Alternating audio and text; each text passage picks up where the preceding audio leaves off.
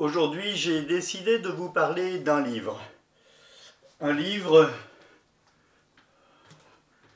celui-ci, celui-ci, celui-ci, celui-ci, celui-ci, celui-ci, celui-ci, celui-ci. On va arrêter parce qu'on ne va plus me voir. Vous allez me dire, mais il nous dit qu'il nous parle d'un livre et il en met plein. Pourquoi et quel est ce livre? Ce livre, vous l'y avez peut-être reconnu, c'est la Bible. Cette Bible, eh bien, elle a été écrite et traduite depuis un certain temps. Nous traduisons les Bibles sur leur langue originelle à partir de l'hébreu et du grec. Pendant un moment, on les traduisait à partir du latin. En tout cas, pourquoi toutes ces traductions? Elles ont un sens et une utilité.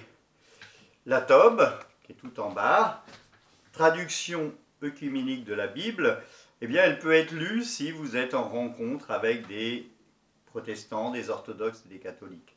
La Bible d'Ostie, elle a un avantage, c'est qu'elle a été traduite, comme d'autres Bibles, elle a été traduite par un seul homme. C'est-à-dire que le mot cœur ou le mot amour ou certains mots qui ont un sens précis vont avoir le même sens et la même traduction dans toute la Bible. Celle-ci, c'est The Bible, une Bible pour les jeunes, avec une traduction en français courant. Ça, c'est aussi une Tob, donc je l'enlève. Vous avez une Bible qui a été prévue pour être lue en 1 an. Vous avez la Bible de la traduction liturgique, celle que l'on écoute tous les dimanches ou tous les jours de la semaine à la messe, la Bible de Jérusalem, et puis la Bible seconde, qui est une Bible protestante, qui a aussi des avantages et des inconvénients comme toutes les Bibles. Pour nous, les catholiques, il est recommandé de prendre une Bible avec commentaire. Voilà, une Bible avec commentaire en dessous. Voilà. J'ai le texte et un commentaire qui me guide. Des fois, le commentaire est 2 pages plus loin. Il y a aussi ce qu'on appelle des Bibles de travail. Donc là, c'est tout ce qui est en grec, traduit en grec et en français. Et ça, c'est la partie hébreu en français à côté. Bref. Et puis, il y a des petites Bibles. Là, j'ai la même chose que dans cette grosse langue bas.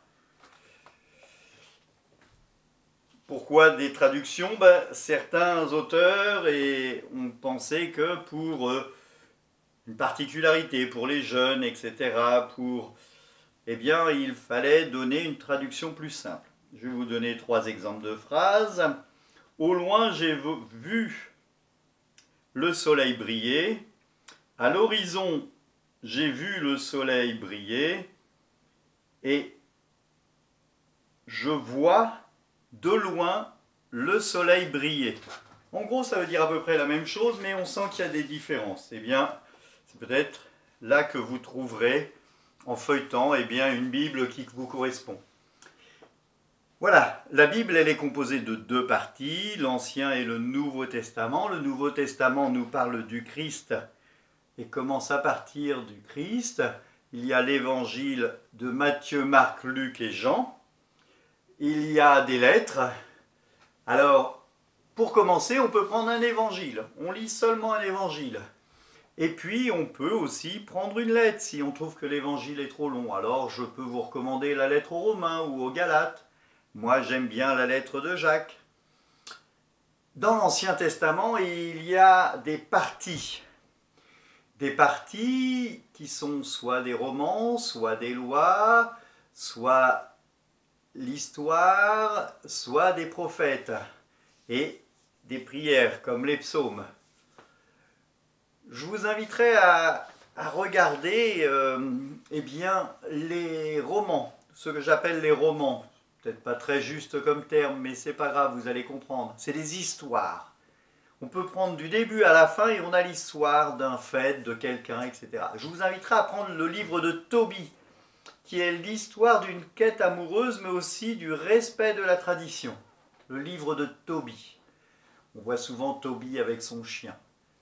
Et là, je vais vous parler de 3 femmes et donc de 3 livres différents qui sont dans la Bible. Parce que la Bible, c'est une bibliothèque, vous l'avez compris, avec plein de livres. Il y a le livre de Ruth, qui est le livre de la personne qui reste avec celle qui est dans la peine. C'est une adhésion à la tradition, une adhésion à l'alliance de Dieu. Le livre d'Esther, qui est un combat d'une femme, Esther, contre le méchant qui veut tuer son peuple. Et le livre de Judith, il y a un passage qui n'est pas à mettre entre toutes les mains, où Judith tranche la tête de son adversaire. Voilà, et c'est la ruse de la femme qui sauve le peuple. Donc des fois on dit, tiens, les femmes sont absentes dans la Bible, que nenni, elles sont bien présentes. Ceux qui aiment le droit, la législation, eh bien, peuvent lire le livre du Lévitique et du Deutéronome. Pour les férus d'histoire, je vous invite à lire les livres de Samuel 1 et 2, le livre des rois 1 et 2, suivi du livre des justes. Il y a le livre de la chronique, des chroniques 1 et 2. Le livre des chroniques peut être lu et fait une synthèse des livres de la Genèse, de l'Exode. Il reprend des passages historiques. C'est vraiment un livre d'histoire aussi. Et il y a les livres prophétiques, Isaïe, Jérémie, Ézéchiel, c'est les grands prophètes. Et puis il y a toute une petite tripotée d'autres prophètes. Certains ne sont pas très simples à lire, mais ils sont assez intéressants. Puis le livre de Daniel, avec le passage de Daniel qui est vendu comme esclave et qui lit les songes. Et puis un autre passage où il sauve une femme qui était donnée à mort par 2 petits vieux qui voulaient s'en prendre à elle charnellement. Voilà, on trouve de tout dans la Bible. Voilà, pour cette première entretien, eh bien, je vous invite à ouvrir vos Bibles. Peu importe, vous avez bien vu, peu importe d'où elle vient et quelle est sa traduction, prenez-la, ouvrez, commencez par un roman, le livre de Tobie, le livre de Ruth, le livre d'Esther, le livre de Judith, voilà. Et puis, bonne lecture. N'oubliez pas de lire les évangiles, nous arrivons bientôt à Pâques et je vous inviterai une prochaine fois à lire la Passion du Christ et surtout sa résurrection. Prenez soin de vous, restez confinés et puis que Dieu Tout-Puissant vous bénisse, lui qui est Père, Fils et Saint-Esprit. Amen.